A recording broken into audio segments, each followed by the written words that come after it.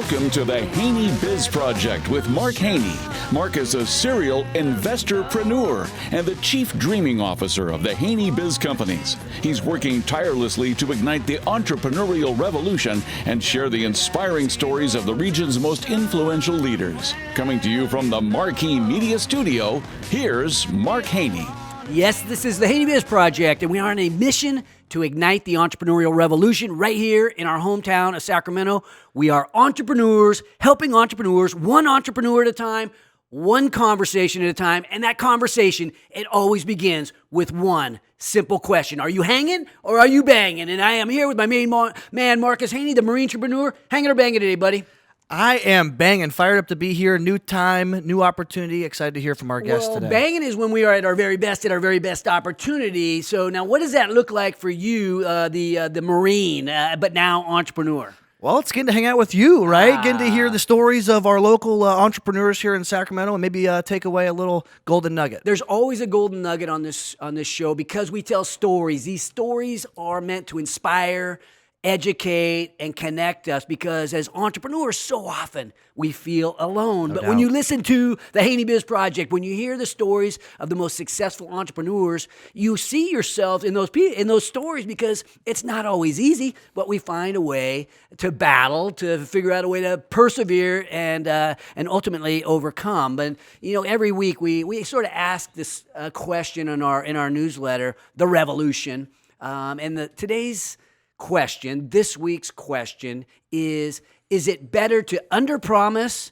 and overdeliver, or is it better to overpromise and then make sure you deliver on top of that? Marcus, thoughts? Yeah, I never understood the premise of under-promising your customer anything. I don't think that ever really shocks them, as you would say, right? You got to show up, you got to shock them, and then you got to systematize. And under-promising is, I don't think, going to get you anywhere within their sector of wanting to buy something from you at the end of the day. I have spent a lot of time in my life under-promising and underselling. And you're right, Marcus. I don't think that's the time that times in my life where my business has taken off, right? When I've been downplaying it and stayed a little humble.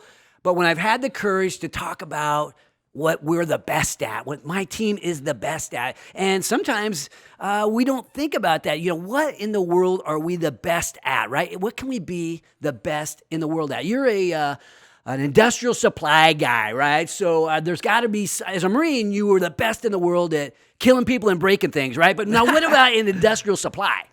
Yeah, well, my supply chain is really state-of-the-art and have the ability to get anything in the country to you next day, from, a DeWalt drill to, a nitrile glove type of thing. So I think my supply chain and my ability to compete with the big guys while staying lean and utilizing technology to leverage my business model and, reaching all my customers within a comprehensive group of marketing strategies. And I think that that's really my advantage. Haney Industrial Supply, Marcus, you're getting that going. But you think about the companies that have been so successful beyond what a lot of us even imagine. You think about Apple, right? How do they say we're the best? Steve Jobs talked about think differently. He was a great communicator. And, if you go into the Apple store, there's these clerks that help you out. And they're called geniuses, right? They figured out a way to imply how great they are, because they are good. They're good with the phones. They know how to help us out. Disneyland, right? The happiest place on earth. It is a great place. Right. And they can, with passion and with conviction, they can say, hey, we are the happiest place on earth. But, it doesn't always. Sometimes we stay a little too humble, and, it's hard to escape from obscurity when we are downplaying our gifts and what we're great at. So today, when we think about this, sharing our story, right, sharing our message, we have people coming up on the show today that are great at sharing their message, right? And so often when we're sharing our message, talking about how great we are, we can do that without bragging, right? It's not bragging if it's true, and I don't think it's bragging if somebody else is helping you tell that story, Absolutely. right? If you get a testimonial from one of your clients about how great you are, you don't have to brag, right? Or you allow your customer to be the hero at the end of the day, right? Yes, if your customer, right, if you're telling a story about your customer, right, your customer being the hero, how he started off and he had this big problem, he couldn't figure out how to use his iPhone, and all of a sudden he stumbled into the mall and he ran into this genius. And at the end of the day, he walked out using his iPhone. He was able to sell hundreds of thousands of dollars worth of supplies with his iPhone working, right? You're the story, really, if I'm Apple, right, is about Marcus Haney and his industrial supply company, but really it was the genius that helped him along the way. So that's what we try to do here at Haney Biz. Hopefully we get the message out, and it makes me think about my hero here at Haney Biz, beyond you, Marcus, Marquee Media. Right? Oh, yeah. Marquee Media, the alliance that we have with Marquee Media is incredible. We're in the Marquee Media studios, and it seems like every day these days, people are recognizing me, right? We are a radio show. How do people recognize me as I'm walking down the street? The other day, I was pulling out of the gas station, and this lady's kind of looking over at me. She looks pretty hot, right? So I'm like, oh, okay. She comes over, she drives up alongside me. We're in the Porsche? As we're pulling out, I'm in the Porsche, yeah. All right, that baby. She pulls up alongside me. She's kind of making some gestures with her hands. I'm like, Marquee Media, thank you very much. She recognizes me. I pulled into the parking lot later, and I realized my gas cap was off. So, yeah, thank you, Marquee Media. I appreciate it. A little false alarm. I thought I got recognized through you. Later in the show, we're going to meet Tim Anderson, co-founder and president of Anderson's Dry Cleaning Services. We're going to also meet John Simpson, the co-founder and CEO of Patra Corporation. But coming up after the break, we will meet Lori Prosio, the president and CEO of Prosio Communications. Join the revolution at HaneyBiz.com, brought to you courtesy of Comstocks Magazine. This is the Haney Biz Project.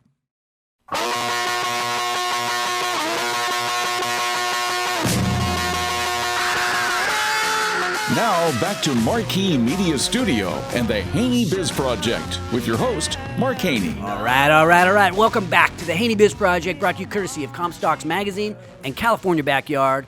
I'm Mark Haney, and today I have the privilege of being joined by Lori Prosio, the CEO, the president, the owner of Prosio Communications. How you doing, Lori? Good. Thanks for having me. Well, thank you for joining us. We had you scheduled to come on the show a few weeks back. That happened to be the day that my mom passed away, and you guys were so gracious in rescheduling for today. I appreciate it. I want to share the Lori Prosio story. Talk to me about your entrepreneurial journey. Well, wow. It started almost exactly 5 years ago. Actually, it was 5 years ago this last Tuesday. My team and I celebrated last Friday our 5-year anniversary. Nice. I'd been working in the PR and marketing industry for the better part of my career in Sacramento, the last 20 years or so. I guess I'm dating myself saying that, but that's impossible, Lori. Right.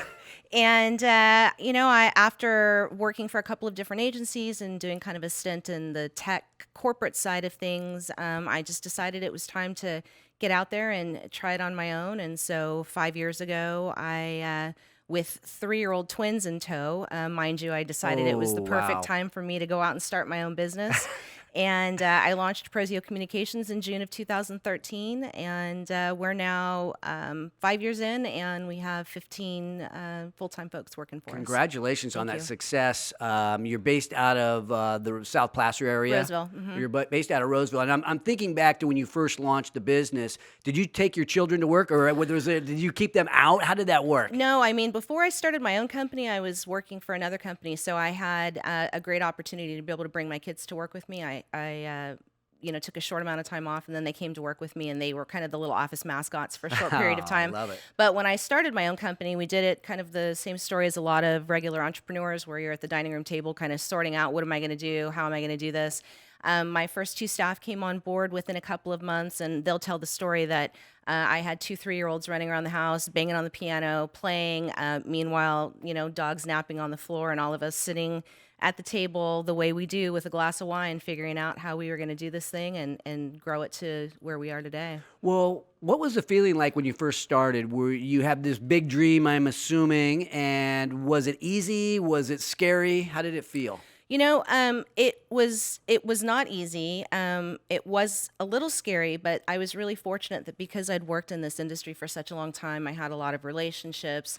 I had a lot of connections, a lot of experience in this field. And so I probably didn't start off the way a lot of people do, where you spend years and years thinking this is something that I want to do. I had actually been kind of on a different path working for someone else and thinking that that was kind of the long-term plan. And maybe a similar story to some entrepreneurs out there where you kind of realize maybe this isn't the right thing for me, maybe this isn't the path that I'm supposed to be on. It was a short amount of time that it occurred to me, I think I should probably do something else. And so I didn't, maybe have that kind of traditional start of the writing down the business plan and thinking through exactly how this was going to look. I just knew that what I was doing in that moment wasn't right for me anymore. And I was really fortunate that I had a lot of people that were behind me saying, this is what you need to do. This is the time. Go out there and get it and do it. And so it was scary, yeah, for sure. I mean, anytime you're leaving the comfort of a paycheck and the comfort of somebody else having kind of that responsibility for you, that's nerve-wracking. But I had a lot of support from family and friends and colleagues, and it was hard to turn that little voice off in my head that said, this is the way that you're supposed to be doing this now. Well, you're quick to comment on the people that have helped you, which is, I see that in entrepreneurship all the time. Let's brag about Prosio Communications a little bit. What's so great about Prosio? So I run a full-service public relations and marketing firm.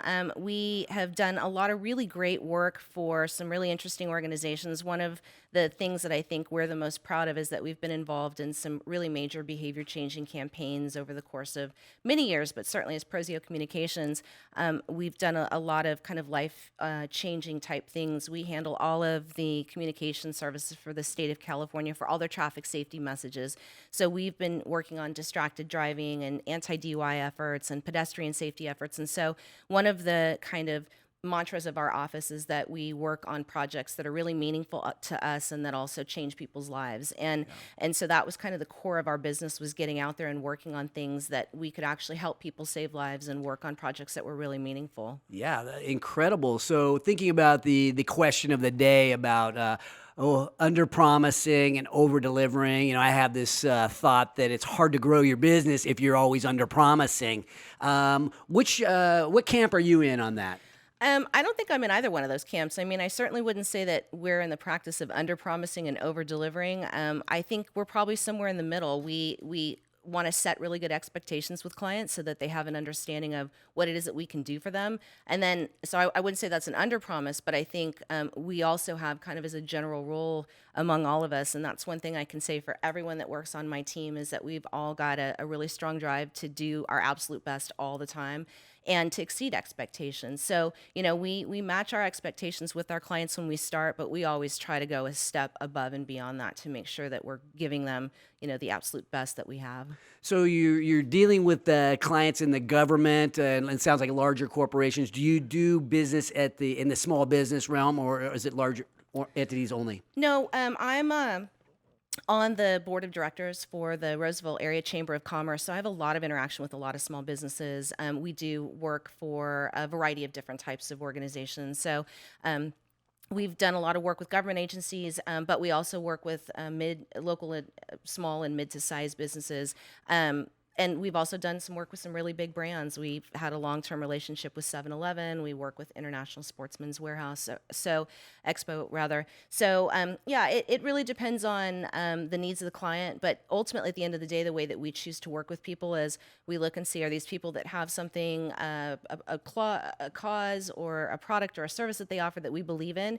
And are they fun people? Are they people that we'd actually want to work with? When I went out and started my own company, one of the things I said was, anybody that I work with has to be somebody that I'd want to invite into my home, that I'd want to share a beer with or a glass of wine with. And if that match isn't there, then it's not a good fit for us. So if they don't drink, you basically don't want to do Well, business there is with them, that. Yeah. Okay.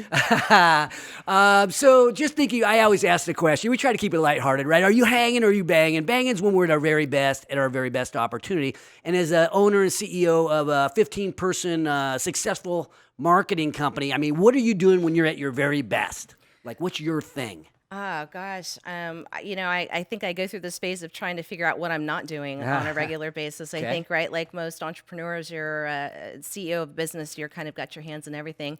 I think for me, it's always kind of that critical thinking and looking at how can we make things better for a client? How can we build on something that they've already started, or, taking a look at the big picture. That's where I think I always kind of find myself at the the best of my abilities is looking at what do we do that's next? How do we get past this point and get them, or even our own company, to that next level?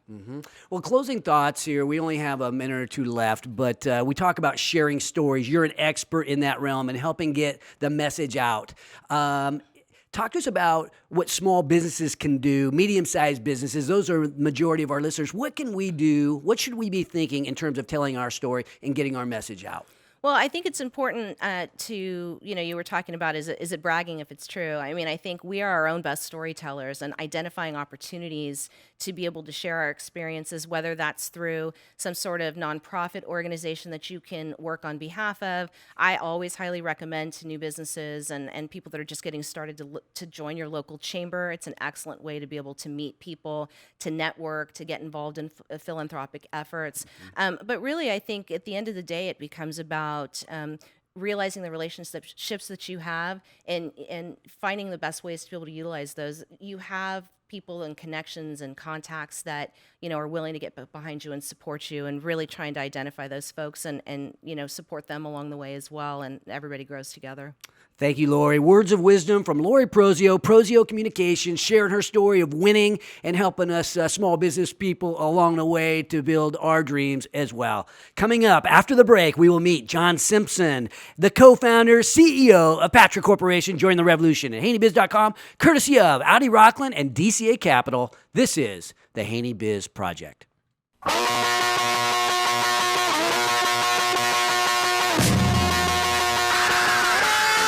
Welcome back to the Marquee Media Studio with Mark Haney, igniting the entrepreneurial revolution with the Haney Biz Project. Welcome back to the Haney Biz Project, brought to you courtesy of Hub International and Legion ABS. I'm Mark Haney, and I'm here with John Simpson, the co-founder and CEO of Patra Corporation. I called it Patra. Yeah. I'm sorry about that. And I mispronounced your name. How do you mispronounce Simpson? My gosh. But I want to thank you for joining me today, John. Thank you very much. Great to be here. Great to have you here. I want to learn about you personally, but I also want to know about your entrepreneurial career. Where should we start off? Who is John Simpson? I was thinking about that this morning. I was taking my 2-hour walk. It's kind of my mental time that I get to think. And there's experiences in your life that really define who you are as a person. And I think there's probably two main experiences that happened in my career that's defined my life. First off, I started off with an internship for Kay Jewelers, of all places, when I was 17 years old. Got to go into the corporate headquarters, and CEO sends me down to the treasurer's office, and he throws me a manual of D-Base. Do you remember that back in the day? Yeah. D-Base, of all things. PCs were just on the market, and he says, write me a check reconciliation program. I'm 17 years old. I went, whoa. Well, first off, write a program. What's check reconciliation? Yeah. And he goes, just go to my cash controller. She'll explain it to you, and you work on it for the next 6 weeks. And I did that. I got it done, and the accountant people came up to me and said, do you want a job here afterwards? For the next 7 years, I worked for Kay Jewelers, going through every department of their company, learning every division, inventory, sales, security, credit, HR, payroll, you name it. I was there taking programs off the mainframe onto the PCs. Okay. So I got to really learn how a business runs from the start, because it's not about what you want to do, what industry you want to be in. It's how to run a business. Well, luckily you didn't get stuck in the accounting department, That's right? You got to get out and see what was right. happening. I got to go to sales meetings and meet district managers and go to parties. It was quite an experience. They gave me a computer through college. And I worked there after college. I got to go work with the CEO selling $100 million junk bonds in New York and Boston. Relocating their corporate headquarters. I was just doing all kinds of things. So that was the first experience. And the second experience was when I started Cyberbills later on. You saw that in my career. We were 2 weeks away from filing to go public. .com crash happened. But we had just raised $30 million. No problem. We'll just keep going along. A year later, we're running out of money fast. And, there's a time when you really get your character checked and your integrity checked. And I was called in, I won't say who it was, by a national bank, and they basically said, we want you to declare bankruptcy. We'll keep you in as a CEO, and we'll buy your company. Wow. And that would have screwed all the investors, employees, vendors, and I didn't even hesitate. And I said, no, I'm not going to do it. We ended up selling the company a little while longer to Metavante, a company out of the Midwest, big banking company. And it really taught me who I was and the kind of person I am, about how much I care about my employees. Yeah, and nobody can predict what happened. I felt it in 2008. What you felt in the early 2000s. Nobody can predict that. That's As right. entrepreneurs, It was going crazy. We had just raised $30 million. Wow. It was, I was living the dream right then. So that toughened you up. Obviously, That's right. you had a successful exit, which is not always easy. Most people haven't had either one of those two types of experiences, where you're in something like K Jewelers at the base of the company, and then to take a company all the way to almost going public. Most people have never done that kind of stuff before.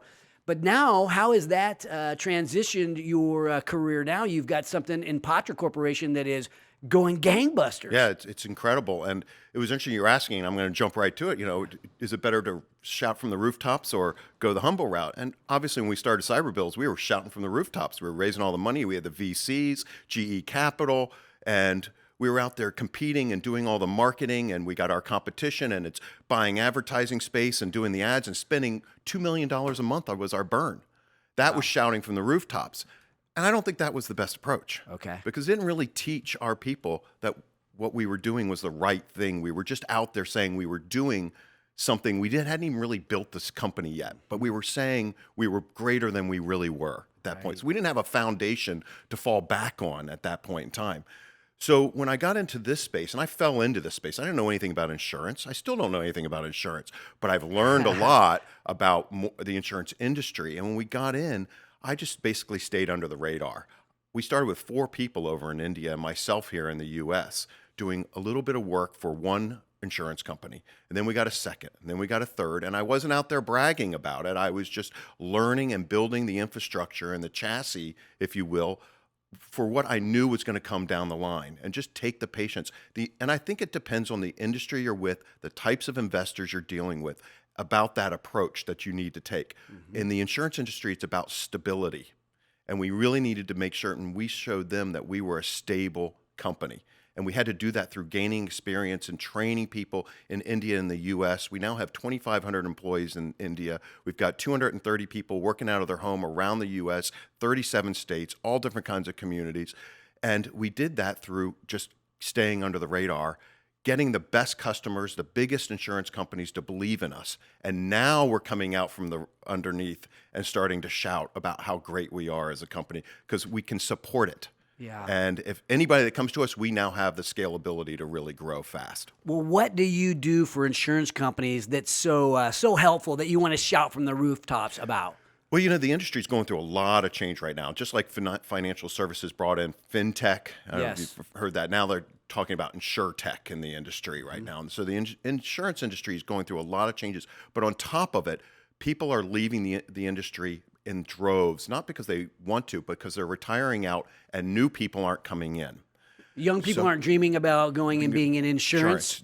No, it's not really a big topic. They all want to be in social media. And so the insurance, and with technology changing, so people are leaving, and yet we've provided a nice solution for them to find resources, automation, technology, people around the globe to solve their problems. And like I said, we've built that chassis and that system, and we have a recruiting engine, and we've provided a whole new way for people that are in the insurance industry to have a better work-life balance. So they get to work from their homes anywhere they are in the country or the world, for that matter, providing services to some of the biggest insurance companies out there. So that's number one. And number two, we're working on developing a whole new way to train a new generation of people interested in the insurance industry. We're creating local academies, training academies outside military bases around the country, so we can train spouses on the insurance industry. And then when they get relocated with their spouse in the military, wherever they go, they can take that job with them and work from their homes. It's really an amazing story. Well, let's dive into the outsourcing piece. I don't know if that's the best way to frame your business, but you have these 2,500 employees and businesses growing, and you've got these human systems that go in and help the insurance company. Sure. Is that right? Yes. It's an outsourced kind of product. It's outsourced, but it's about their process. It's not just, hey, I'm going to go do this task all the time. It's the process from when the lead comes into the insurance company, we help them place the business with the proper carrier, because we have licensed insurance people, all the way through servicing, doing the renewal. So all the activities throughout the whole process, we have people there and technology to help them do it faster, better, and cheaper than the way they were doing it. Yeah. So what led to the support for the military and the spouses and the people that providing jobs for them? I've always had a soft heart in the military. My father was in the military, served in the Navy, then was in the Navy department. So we didn't relocate around the country, but I grew up as a military family, so to speak. Always had a soft spot for that. And so I was looking at the warrior, wounded warriors, veterans, trying to help them get into this industry, thinking what a great job. They can work from homes. That we're not quite there yet because we need a little bit larger stability base. And my HR guy said, what about the spouses of the military? And I just went, that's it. Perfect solution. So we started with in Fallon, Nevada, where Top Gun is right now. We've got an office there. We've just opened an office in Clarksville, Tennessee. And we're doing that, and we're looking at other bases now across the country where to start that. So it's a way to help the military, but it's also a way to regenerate a whole new generation of insurance professionals. You bet. Well, what about the parent? My son was in the Marines. Do you ever help out the parents of the military? You ever do anything for us? Well, that's right. Well, actually, believe it or not, we did start a charity 2 years ago called Patra Proud, and that's focused more towards the children of the active military. So because we hear about, again, the veterans and the wounded, and that's all great. Really want to support that. But the kids are also left out there with working for families that just don't make a lot of money. So how can we help them? So that we're really focusing on that as well. So we believe in, employees and our customers, communities, and the industry as our kind of four pillars. Incredible generosity. I love that you're giving back to a cause that's so important to me as well. Just thinking about how to help Sacramento's small business community, right? That's what this show is about, sharing the stories. You've shared a real success story here. What do you have 2,500 employees. Most of us dream about having a business with 2,500 team members. Right. That's incredible. Advice to us as we think about how to grow that business and how to deal in that world of 2,500 employees. It's about the people.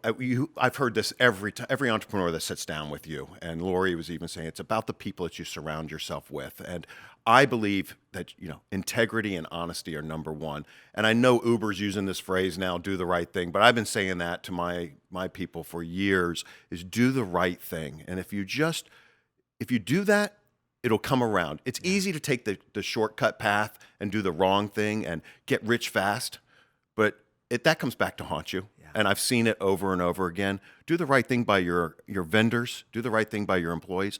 And you'll have that trust and that loyalty from them for years. I have employees that come back to me that used to work with me at previous companies and come back, leave multi-billion-dollar companies to come work for me because they know that I'm going to treat them fair always and forever. Sometimes it's so simple. Just do the right thing. What goes around comes around. Thank you for, I think, helping us understand this better. And I think you're doing the right thing for sure with the military and helping us small business guys as well, John. So thank you for coming on the show today and sharing your thoughts. Thank you, Mark. You bet. When we return, I will be joined by Tim Anderson, the co-founder and president of Anderson's Dry Cleaning Delivery. Join the revolution at HaneyBiz.com, courtesy of Chicago Fire and Apex Appraisal Services. This is the Haney Biz Project.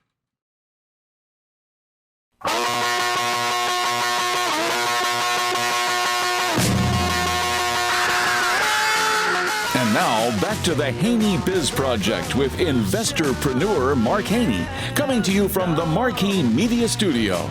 Welcome back to the Haney Biz Project, brought to you courtesy of DSA Technologies and California Growth Advisors. And today, I have the privilege of being joined by the most humble, down-to-earth entrepreneur. He's the co-founder and president of Anderson's Dry Cleaning. I'm here with Tim Anderson. How you doing, Tim? I'm doing great, Mark. Thanks for that introduction. Such a nice guy. When I first met you, I fell in love. Actually, I'm like, this guy is a guy that I would want to be hanging out with. So we finally got you on the show. We're hanging together today. Talk to us about your business. Talk to us about your entrepreneurial journey. Yeah, well, first off, I got to tell you, Mark, I've been to your building now, I think, like 5 or 6 times. Yeah. And this place has like an entrepreneurial spirit that's just different than any place I've ever been before. So I encourage all the entrepreneurs out there to come by and at least do a visit. Well, John has made it pretty clear. You got to put the right people around you, and so did Lori. And that's one thing I'm good at is throwing a party that people love to come to. No other talent, but I can throw a party. Yeah, this is a fun place. I recommend people hang out over here. So. Awesome. All right, let's talk about you. I want to talk about me some other time. Let's talk about you right now. Well, I was born and raised in Sacramento, and just like a lot of the people here, I love the city. So I did the corporate thing, moved around a lot, but I knew that I wanted to raise my family in Sacramento. So we lived in Portland, Oregon. We lived in Utah. We lived in Southern California. And then about 10 years ago, we moved back, and we're staying for good. Yeah, well, you grew up here. You were a great baseball player, played at Sac City. Yeah. So you're an athlete. How does that transition into being an entrepreneur? It's you just take so many lessons from athletics, and I know listening to all your guests that you've had, everybody kind of says the same thing, but it's so true. In fact, one of my coaches, Jerry Weinstein, a great coach, he mentioned all the time when we'd come to practice, he goes, if you're not early, you're late. Wow. So that's why I slept in your parking lot last night. So I couldn't let my coach down. Go Jerry. But yeah, I to this day, I go back to those situations and some of those things, like you said, running your sprints on your last show, those just stick with you. Yes, and I take that into my business every day. Well, tell us about Anderson's Dry Cleaning. You're not an ordinary dry cleaning company. No, I really, I feel we're like a customer service company that just happens to do dry cleaning. Okay. I think like your previous guest, I didn't know that much about dry cleaning, but I felt like I could connect with people and I felt like I could sell the business. I thought the business model that I want to say we had a little foresight with all the delivery type stuff that's happening now. I believe that was kind of the thing of the future, that people were looking for convenience. And if we could provide that with a little extra customer service, I think we had a winner, and we've been able to do that. So I am a customer, but I won't give away how it goes. So basically, you pick up the dry cleaning one day, and the next day, I'm wearing that same shirt again. Yeah, so we're hustlers. We're grinding out there. So we basically find out where you live. We put you on the route. We come by in the morning and pick your stuff up. We get it to the plant. We clean it, and then we get it back to you. So it's kind of a unique service. And you put it on my doorstep. I don't have to walk out to a mailbox. It's up there on my doorstep. And there's this green bag, right? It's so... it's so obvious when you hang the bag out there, that I got to pick up there at the Haney's place. Exactly. And that was the goal all along, to make it something that people didn't have to worry about. All you got to do is put it down there on your front porch, and we take care of the rest. I mean, how many people say when they're driving in their car, "Oh, I got home and I forgot to pick up the dry cleaning"? Well, you don't have to worry about that anymore with our service. So, well, there's got to be like houses out there where you just, the front door is super far away. You're like, oh my gosh, how am I going to get over here? You got a dog barking, all that kind of stuff. You don't want to get bit. Like, what? Give us a nightmare type story that's happened to you. Oh my gosh, my wife and I were kind of, like when we started this, we didn't have a whole lot of employees, so it was just her and I, and the dog situation came up. My wife was actually pregnant, and this big giant dog bit her right in the stomach. Oh, believe it or not, in the stomach? Right in the stomach. Yeah. So we were like, oh my gosh. Wow. This entrepreneurship thing is hard. Yeah, so that story like really sticks. I mean, it's like we still talk about that to this day, and that was like 11 years ago that happened. Wow. Yeah. And does she ever go back out and do deliveries She's anymore? She's got a little thing about dogs now. So now you do some of that. Yeah, right? yeah. Pit bulls, we just ignore the house. Yeah. Well, okay. So thinking about building businesses, there's always challenges. Most people don't have to worry about fighting off dogs as while they're carrying a baby. But what else has happened in your journey that's been challenging, and how have you had to overcome those challenges? Well, I was thinking about this when I was driving over. My wife and I made the brilliant decision to both quit our corporate America jobs, which paid well. We had nice benefits and all that kind of stuff. We decided to have a baby, or ended up being two because we had twins. Okay. Oh, somebody else with twins. Lori had twins exactly. too, huh? And we picked the best year to do it, 2009. So right in the middle of the recession. So we really had our backs were against the wall, and we had to we had no choice, but we had to fight through it. we weren't going to give up, and now we're starting to see the fruition. And well, that's a time where people we're not spending money, and I think your product lends itself to we'll call it the upper middle class, maybe even the affluent. And people were not spending money. I mean, how'd you battle? Yeah, absolutely. It's one of those things that definitely is going to probably fall off the plate when people are trying to save the pennies. Yeah. We did deal with that. One of the things about us being more in a higher end type of clientele. The expendable money is a little bit better in that situation. So, but they're not putting out as much stuff and things like that. So we felt that really, really hard. Well, we're always asking on the show, when you're hanging, are you hanging or banging? What's hanging look like for Tim Anderson, and what's banging look like when you're at your very best? Well, first off, I'm not really good at the hanging. I really need to work at that. I mean, if I'm sitting at home for like 10 minutes, I start twitching because I feel like I got to be doing something. Yeah.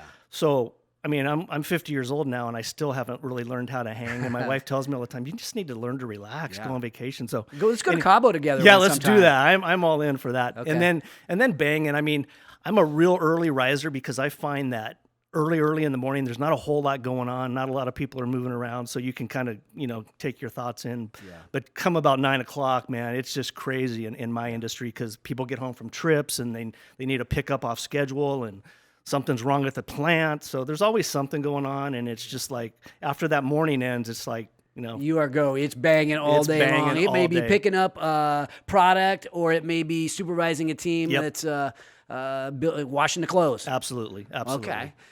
Thinking about advice to entrepreneurship, right? You built a team around you as well.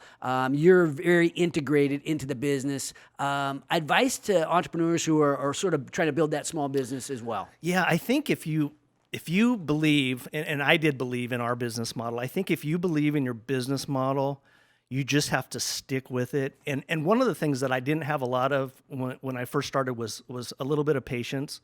And the more that I've learned is, if you have the right sauce, and you're plugging away at it, you have to just kind of just keep doing it, and eventually, everything comes to fruition. So I think patience sometimes is something that isn't talked about, and you just, if you think you got the right thing, just don't give up. Stay with it. Yeah, persevere, persistence. Thinking about the question of the day, right? So the revolution question was: is it better to underpromise and overdeliver, or the opposite? Thoughts about messaging, especially out to the public. Yeah, I may take it a little bit overboard on this, but when we sign up a new customer, I try to make that initial connection and just let that person know that if they have anything that they have a problem with, or if things weren't right, just they can reach out to me directly. So I do give them my text number and my cell phone. Wow.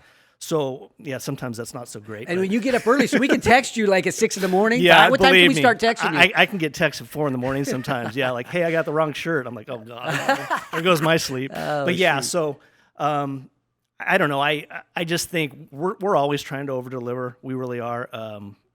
That's what I think kind of makes us special in what we do. We kind of make it a little bit more of a personal interaction, as far as just my clothes comes in, they get clean, and they go out.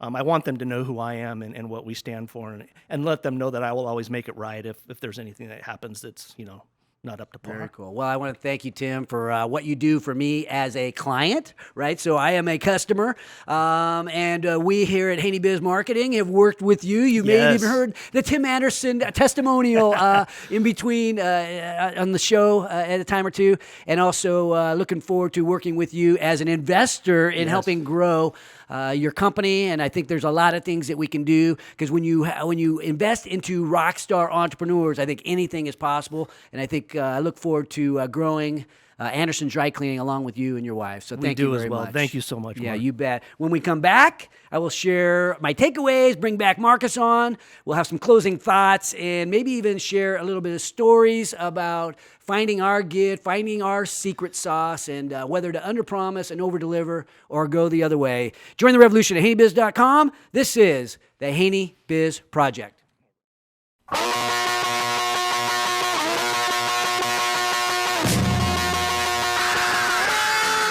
Welcome back to the Marquee Media Studio for Mark's takeaways from today's Haney Biz Project. To whom much has given, much is expected. And Marcus, today we had people on the show that have these gifts of entrepreneurship. They're building businesses, and it makes me think about the parable of the talents is a timeless story that we get from the Bible, and it reminds us that each of us has gifts, and we have a moral obligation, an ethical obligation to give the world those gifts, to share those gifts with others. And the story goes like this. There was this master, and he's getting ready to go on a long, extended journey, and he calls before him his 3 faithful servants. One servant was given 5 talents, and a talent was an amount of money.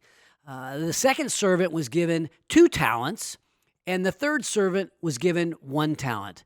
And the master went on his journey and returned after many, many moons. And when he returned, he found that one of the servants had went and invested that money. The one with 5 talents, it had invested the 5 talents, put the talents to work for him, and turned those talents into 10 talents. And for that success, he said, "Well done, my faithful servant. You were successful over little, and I will now allow you to rule over many." And the second servant did the same thing. He took his 2 talents, he invested them, got those talents to work for him, and returned 4 talents to the master. And in exchange, he said, "Well done, my faithful servant. You were successful over little, and now you will rule over many." But the third servant, he did something different. He had buried his talent into the ground for all this time, and it hadn't grown at all. He uncovered that talent, and he returned the single talent to the master when the master returned. And the master said, "You have been wicked and slothful. Give your talent to the man with 10 talents, and you're fired." Kind of an amazing story about how people who had taken a little bit of risk with their talents, put themselves out there, and they were put in a position to get more responsibility and win in other ways. And it makes me think about the risks that entrepreneurs take. We all have taken, where we put ourselves out there. It's okay to be great. It's okay to take a risk. It's okay to be different. And that looks different for all of us, I think, as entrepreneurs. Thinking back to my entrepreneurial career, right? We had the $1 billion dream, right? It's okay to be great kind of mentality, and an everything possible kind of brainstorming session. I got my management team together, and at this stage we were at about 50 million in sales, and we were moving into this larger building, and we really needed to make sure that we took our business to that next level. In our world, that was the $1 billion dream. And the managers all got together, and we said, what do we have to do in order to be great? What do we have to do in order to reach our dreams? And we decided to adopt a full speed attitude, right? As fast as you can do it correctly.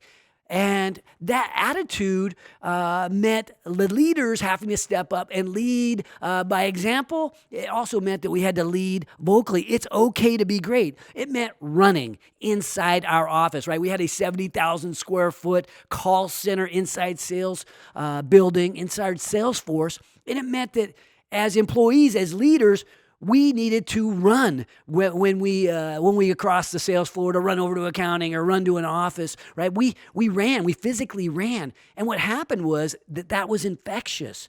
All our employees began to run, and we created a team with a full speed attitude in terms of running. As managers, we decided also that when the phone rang, we were going to stand up and deliver our message, right? We were going to project with confidence and with volume. And when we're standing, it makes it so much easier to project and sound excited on the telephone, something so basic.